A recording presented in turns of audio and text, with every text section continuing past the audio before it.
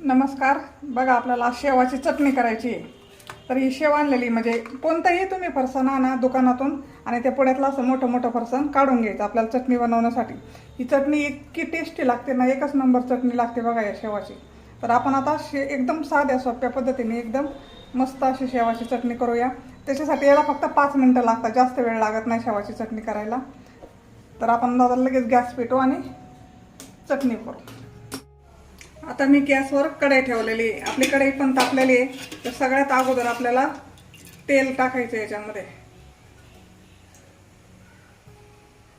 आपल्या आवडीनुसार आपल्याला तेल घालायचं याच्यामध्ये. इतकी काय भारी लागते ही चटणी खायला, एकच नंबर चटणी लागते बघा. कधी काही भाजीला नसेल ना तर सोप्या अशी चटणी तुम्ही बनवू शकता. तर आता सगळ्यात अगोदर तेल टाकल्यानंतर आपल्याला मोहरी टाकायची. मोहरीला चांगलं तडतडून घ्यायचंय आपल्याला.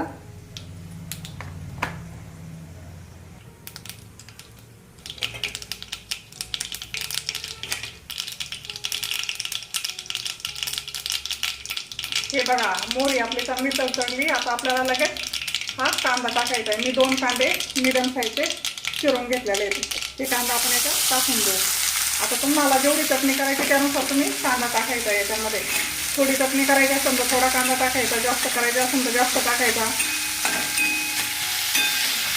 मला तर कांद्याची चटणी खूप आवडते, त्याच्यामुळे मी कांदा थोडासा जास्तच घातलेला आहे आणि भारीच लागते बघा कांद्यामुळे. आता याला चांगलं आपल्याला लाल करून घ्यायचं आहे कांद्याला. तर बघा, मस्त असा कांद्याचा कलर असा ब्राऊन झालेला आहे, छान एकदम.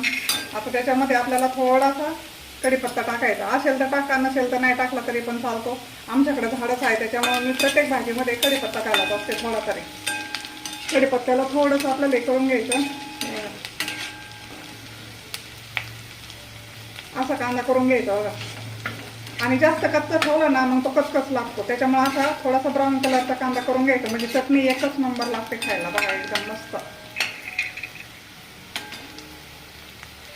आता आपल्याला याच्यामध्ये हे 2 टमाटे चिरलेत हे टाकून द्यायचे. आणि याला चांगलं आपल्याला आता नरम होऊन द्यायचं थोडंसं मस्त. कारण नरम झालं ना तरच चटणी छान लागते. थोडंसं नरम करू आपण याला, असं हलवत राहायचं आणि कांद्यामध्ये मस्त नरम होऊन जाईल बघा ते. आता तुम्हाला जर चटणी जास्त करायची असेल ना तर कांदा टमाटर जास्त वाढवायचं बघा. आता मी 2-3 माणसासाठी चटणी करते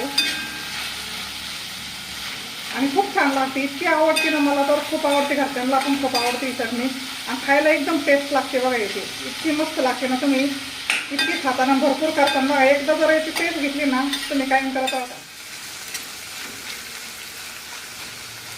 टमाट्याला आपल्याला मात्र थोडंसं नरम होऊन द्यायचं. हे बघा, आता आपण याच्यावर फक्त 1 मिनिट झाकण ठेवायचं आपल्याला. थोडंसं म्हणजे थोडंसं टमाटा नरम होतो. 1च मिनिट झाकण ठेवायचं असं पॅक.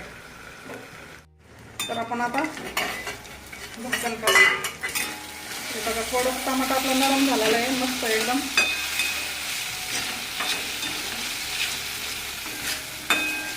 मस्त हलवून घ्यायचं आपल्याला हे.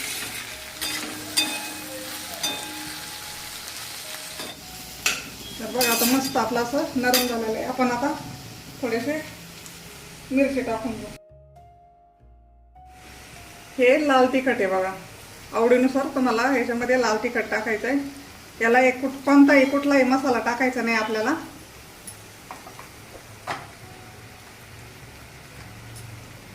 थोडीशी हळद घालायची. ही लसणाची मिरची, लसूण घालून केलेली मिरची बघा. लाल मिरच्या, लसूण आणि याच्यामध्ये थोडंसं मीठ पण आहे, ही पण टाकायची आपल्याला थोडंसं. याला लसूण जरी नाही घातला ना तरी चालतं बघा. याला मस्त असं हलवून घ्यायचं आपल्याला. कसं आहे, भाज्याला चांगलं शिजून दिलं किंवा चांगलं मस्त फ्राय होऊन दिलं तरच भाजी छान लागते बघा खायला, कोणती पण भाजी असू दे. हे बघा, आता मस्त असं मिक्स झालेलं आहे आपलं. थोडीशी कोथिंबीर टाकू. एवढी काय भन्नाट चटणी होती. तुम्ही याला डब्याला देऊ शकता, कुठं प्रवासाला लागली तर नेऊ शकता.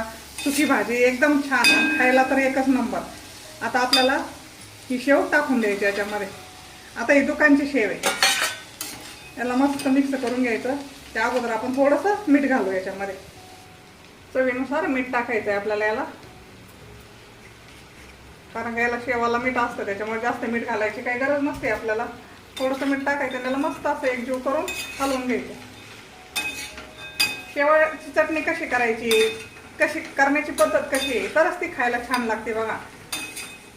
आता तुम्ही फक्त बघा, याला थोडासा आपल्याला पाण्याचा शिपका मारायचा, म्हणजे ही वरची जी शेव आहे ना ही नरम पडते. नरम पडले ना तर एकदम भारी लागते खायला बघा, मस्त एकदम. तर याला आपण आता थोडासा पाण्याचा शिपका मारू. आता बघा असा शिपका घ्यायचा आणि असा मारायचा याला, म्हणजे शेव नरम झाली ना तर खायला एक नंबर लागते बघा, एक नंबर. थोडासा शिपका मारायचा, जास्त नाही. आणि आता याला आपण परत 1 मिनिट आपल्याला याच्यावर झाकण ठेवायचं, जास्त नाही, 1च मिनिट फक्त. हे बघा, हे झाकण ठेवू म्हणजे आपली शेव आहे ना अशी नरम पडेल मस्त आणि खायला एक नंबर लागते मग. तर आपण आता झाकण काढू याच्यावरचं. बघा आता शेव पण आपली अशी नरम झाली बघा, एकदम मस्त अशी आहे का, नरम झाली ना छान लागते खायला. आता तुम्ही एकदा अशा पद्धतीने नक्की करून बघा, मग तुम्हाला चव घेतल्याशिवाय तुम्हाला काय कळणार नाही भाजी कशी होती काही. हे बघा, पाहू शकता एकदम अशी नरम झाली मस्त. आता त्याच्यामध्ये आपण कोथिंबीर घालू, भरपूर असेल तर भरपूर घालायची, छानच लागते.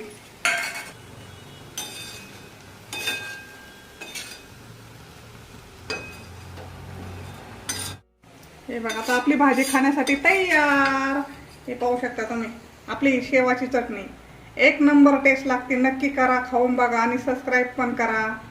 धन्यवाद.